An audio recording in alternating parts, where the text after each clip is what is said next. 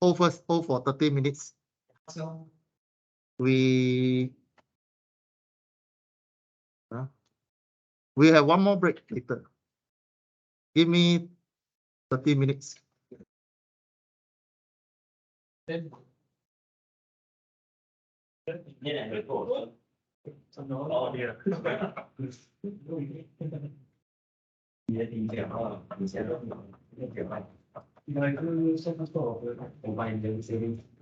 so you have 3 CL. The test one will be CL1, CL2. Test 2 will be CL3, CL4. Final will be all CL. One question, 2 questions, choose from CL4. Okay. Okay, so this is how we do assignment I will give you in week 9 or week 10. Then you pass out before final. You got all the time. Huh? You want the time. 10 questions. Okay, I'm surprised. But all the answer already so don't copy the wrong one. Okay. So chapter 3, we are looked into work and energy already, yeah? So what mean by work and energy? You need to recall what you learned in your statistics. Work and energy. Work, when you move something with the force, this object will travel at a certain distance from origin to final distance. It must be parallel between the force and displacement or position. The final product of force and distance traveled because of the force, they give you work.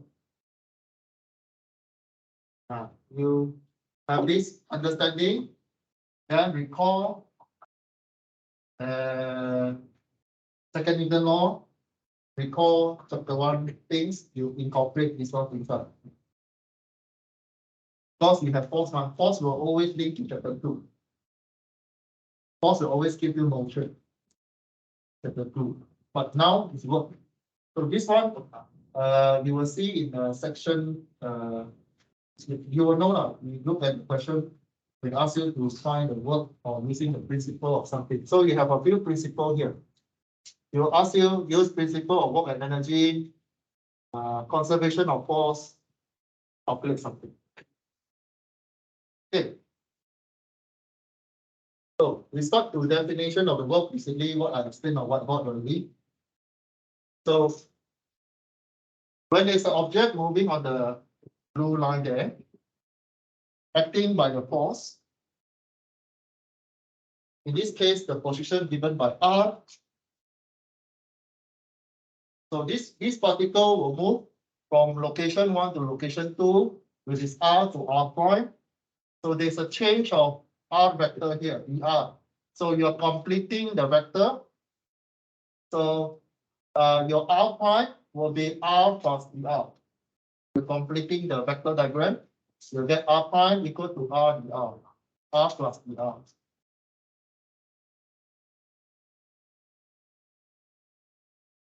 Then ds is actually a curve, but when the theta of change is very small, your s will equal to R theta. Theta in gradient. This one you learn in your circle, the section of the circle calculation.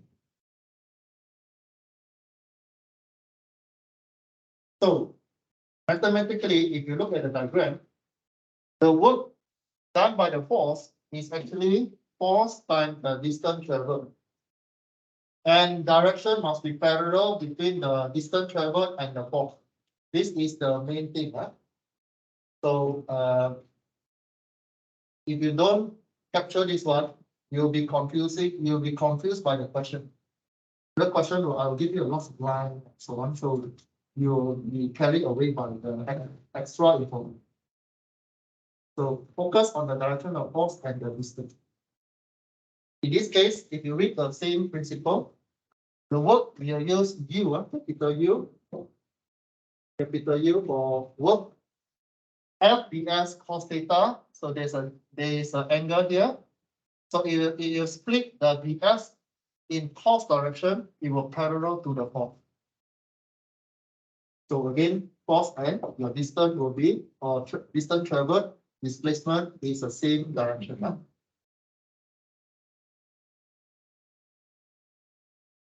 So recall dot products refer to a matrix B in canvas. A dot B is actually AB cos theta. You change the equation above. ds cos theta become R. Then you see D something. We change it to this one you read. I will ask you to develop the equation. But you need equal to F dot R is the first equation for this vector. And in this case, later we explain this one with something. There's a conversion of energy. It is 1 joule equal to 1 newtons meter. Joule is energy. So how you get normal Newton and meter? Because we take force multiplied by displacement. The force is Newton, displacement is meter. Product of F dot S, you get Newton dot Newton. You convert into joule. Sometimes question gives you joule. You convert the value 1 to 1 into Newton meter.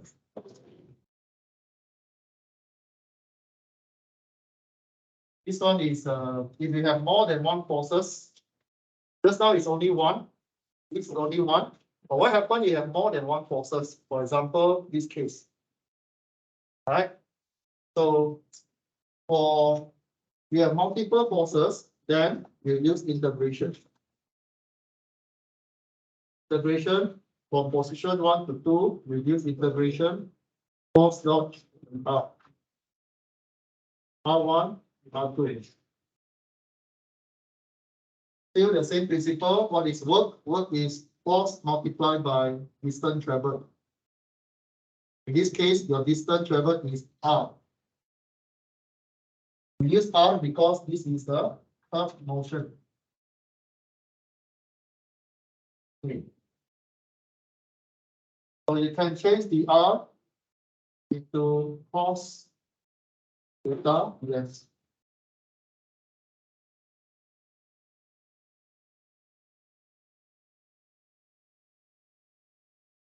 Cos theta ds. It's because you assume small change of angle. S equal to R theta. Okay. So this is the force versus S graph. If you interpret the graph, the area under the graph will give you the work of the force. Okay. But again, chapter 3, we won't ask you to draw graph, only in chapter 1. The one we have 5 graphs. ET, ET, ST, and VS, AS. We have 5 graphs.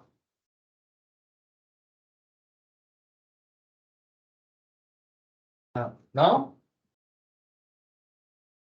again, we strengthening what your understanding in work. Work is force multiplied by distance traveled. So if you have a straight line motion, your force can split into parallel direction. Huh? The vertical one, 90 degree, do not create any work. Only parallel direction with the path or distance traveled, only that one will create work. Okay, so if you draw a graph F cos theta to S, then area under the ground is the work done.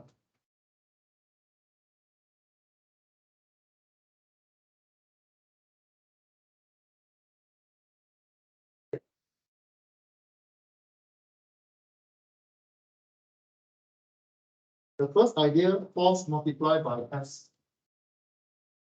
You know that force can be manifold. One of it is your mass under gravitational acceleration. If you know weight is one type of your force.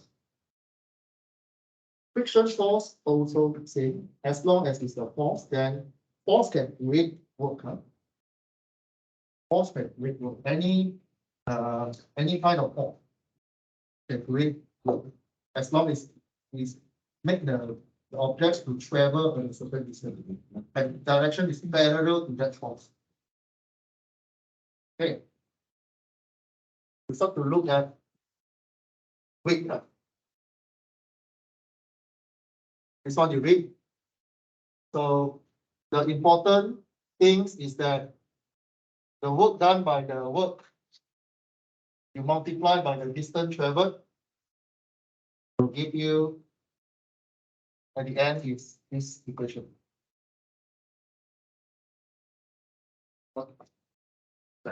Yeah, this one, the work done by gravitational force W. You imagine an object. Where does the gravity pull? Always from the high ground, right?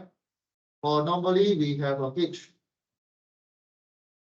In this case, I label as delta Y.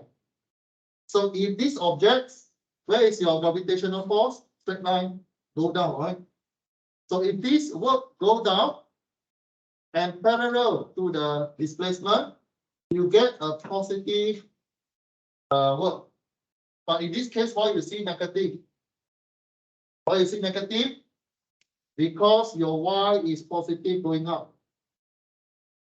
On this slide, you see negative W delta Y.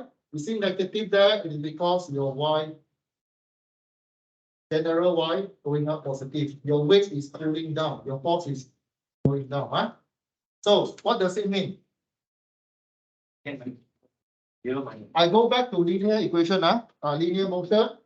If this object act by a force parallel to this surface, travel along this surface, it give you positive work. If the force go against the, if the force go against F2, go against the distance traveled,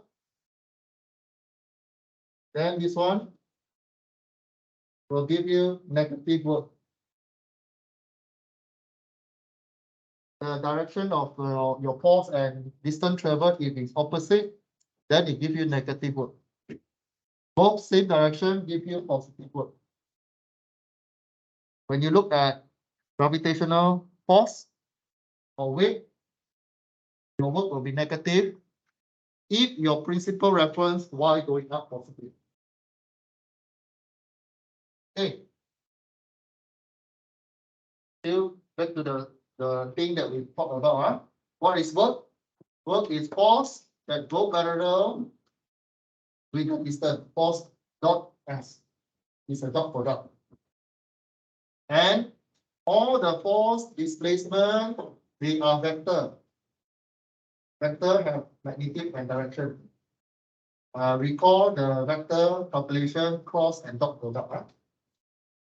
So far we are using dot product. The information you read from the slides. I mentioned all the important things. Now, when it comes to chapter 3, we deal with spring. Previous chapter, we deal with pulley. Now, in chapter 3, when you see spring, it falls under chapter 3. How you calculate spring? When you press a spring, as you see on the diagram here, where is the reference axis? You look at the axis first. Positive, go to the right. spring have only one direction. Either you press or you pull. In this case, when you look at the spring, when the force pressing the spring, where does the S moving? The position move inside or move to the left. So you get a negative direction of your S. Although the force is pressing in, huh?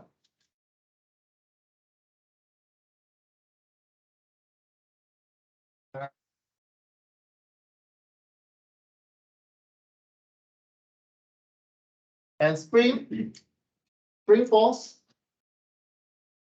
equal to K dot F. K is a spring constant.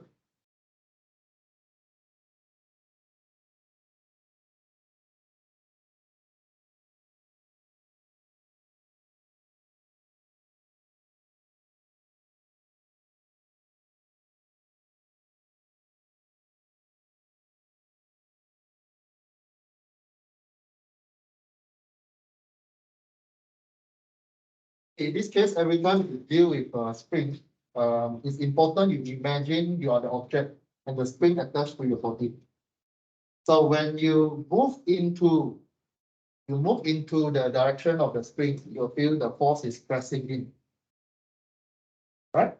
So the force pressing in, you're actually moving forward, but the force, you're moving forward, but the force is pressing in. So the direction is different. Huh? So when they have a direction between the force and the displacement you travel, it becomes negative work. That's why you see negative sign of.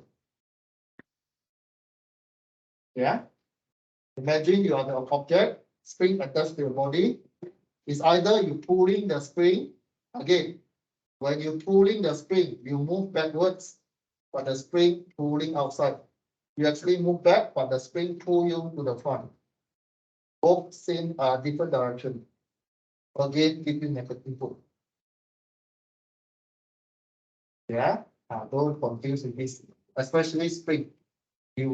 Some of you will confuse. You will make mistake with the negative sign. Imagine you're that object attached to the spring, and then you imagine what happened to your motion, to the displacement distance you travel, and the force acting on your body. The same direction, in same direction, then positive work.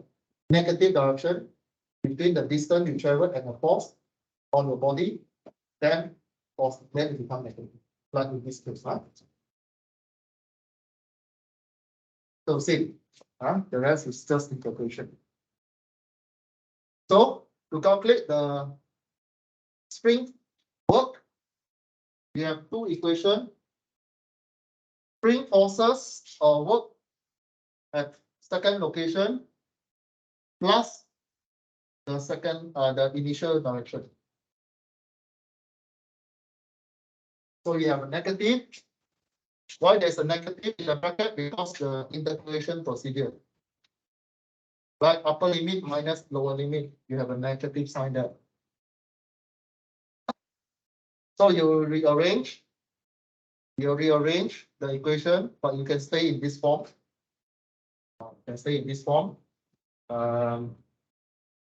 To help you to do analysis. Okay, so spring force, work done by the spring, always still referring back to force and displacement down. Only need to be careful, you need to imagine you are the object attached to the spring. Where is the force? Where is the displacement? Okay. And this is the spring graph. If you want to see what is the work done, if you plot force versus distance. Okay. Now, when do you see this kind of graph? When you do your lab paper. When you generate lab report paper. So these are the graphs that you expect to see in your lab report. You're given a spring, you pull, then you let go, you measure the distance traveled, and you plot this one. Okay.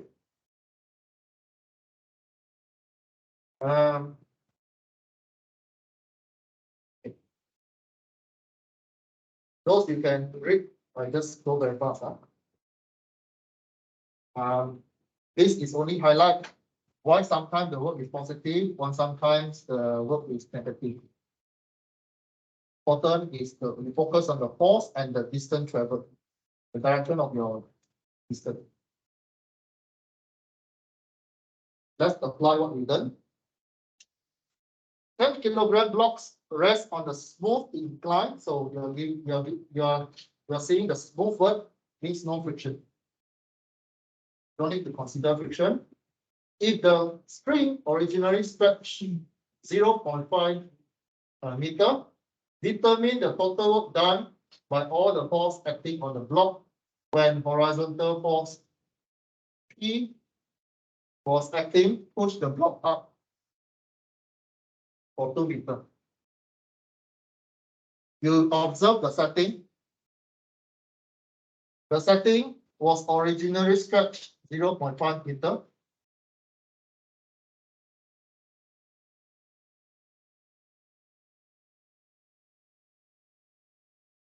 So this is the original position of the spring. K is given, spring constant is given. Then you are given the angle of the surface. So be careful, there are 2 ways you can do. Either you focus on the surface or you focus on the force. There are 2 ways of doing this one. Because you're focusing on the direction, either the force or surface. You need to lock one of your direction. You can either focus on the surface or you focus on the object. My way, I always focus on the surface. So I'm not confused. Because surface is very easy to measure. Rather than I click here and go. Okay, how do we solve? We draw the free body diagram. We put inside the axis. Right, so this block here, the blue dot is actually represent the surface and the normal direction of that surface. Why I need the vertical line here? This vertical line, every time there's a contact surface, there is a normal force there. So this one help me to remind I need to include n later. It's the purpose of drawing this one. Huh? Then this gray line here is just to show me that there's an angle for the surface. W always pointing down, no matter how you do the incline. Right? It always go down vertically. Then there's an angle of 30 degrees between the vertical axis and the surface.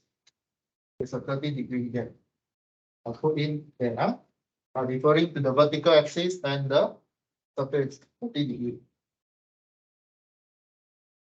Then I include the normal force. So when every time I see a body, there will be a gravitational force acting on the mass, W, and N, the normal force, because of the contact surface. The question I will tell you is on the smooth surface. So you don't need to worry about the friction force. Okay. Then you have a P acting on the object horizontally, 400 meters.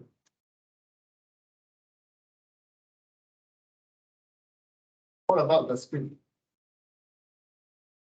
In this case, you imagine you are the object P, and why the force is pulling up? Because the spring is the P force is pushing up, right? Push the block up. Huh? So you are the block is being pushed by P, you feel the spring pull up. So that's why the F spring is pulling up according there and not pushing in because of the force of P. Okay, so you can imagine yourself, you are the object attached to the spring. 30 degree again. What else? I think the finish all the forces we have on that. Any question on the free body diagram? Make sure you understand where is the direction of the spring. If you confuse them, your answer will be wrong because of the negative.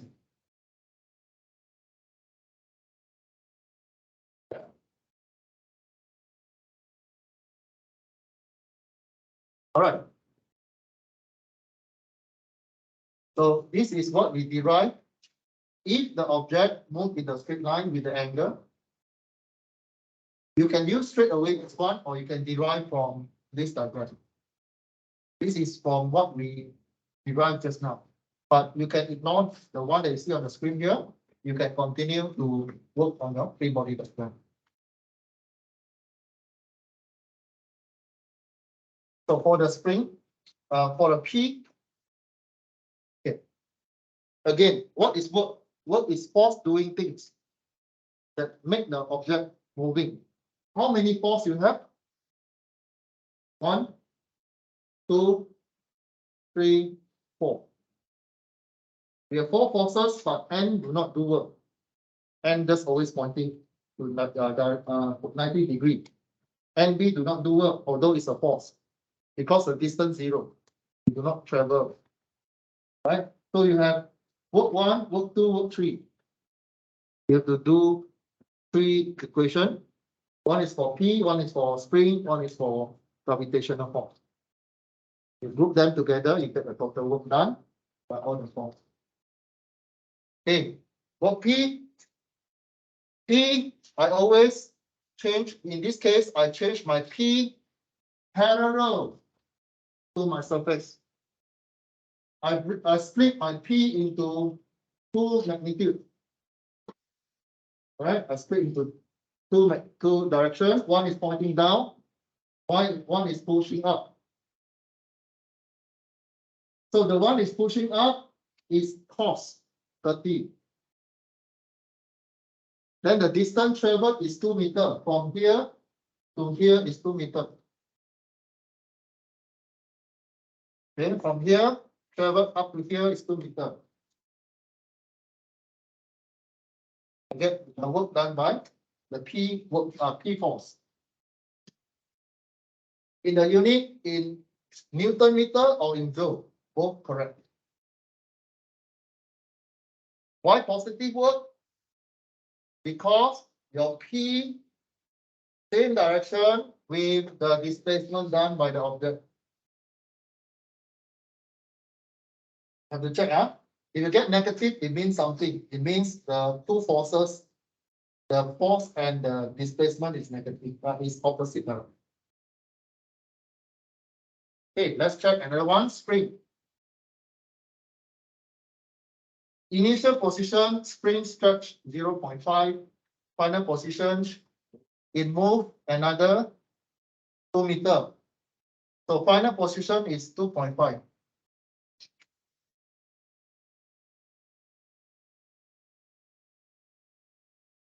You use the equation. Negative half kf squared minus half kf squared for first position.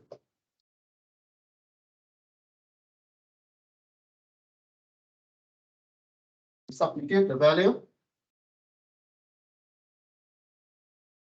Okay, now why negative here?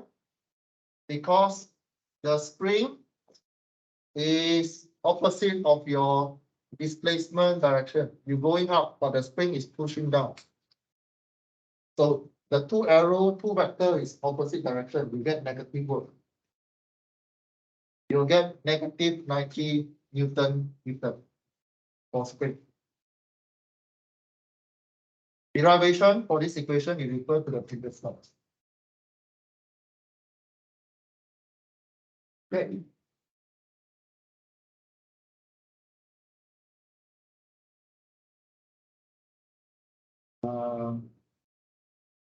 The catchy part is this statement. Give you the original stretch 0.5. It pushed in 0.5 and then it moved 2 meters from the stretch position. Right? Then the weight always pointing down. But again, you can split your weight into two vectors. Here and here. So the vector that going down is opposite from your position. You get negative work. Okay, the one that going down with its 90 degree do not create work. So you get work sine 30 multiplied by distance traveled is 2 meters. Okay, there's a negative sign because the weight is opposite direction of your distance traveled. Makes sense. Then you combine the three answers. You have the P, string, and the weight. You combine. There's one more. Yeah, this one already mentioned. The n is 0 because n do not move anyway. Afterward, you combine all, you get one value positive. What mean by this positive work? Can you predict the motion? Means the object move along together with the positive direction of the force. If you get positive work, means the force and the displacement direction is the same direction. If you get positive work. If you get negative work, means the object slide down or object move backwards. Makes sense. Okay, so again, I repeat this one. This normally come into section C, ask you to explain why positive means something, negative means something. It asks you predict the motion after the work done by all the forces. Then you need to explain the object move to what direction. Move up, move down along the surface. So on, move to the right or move to the left.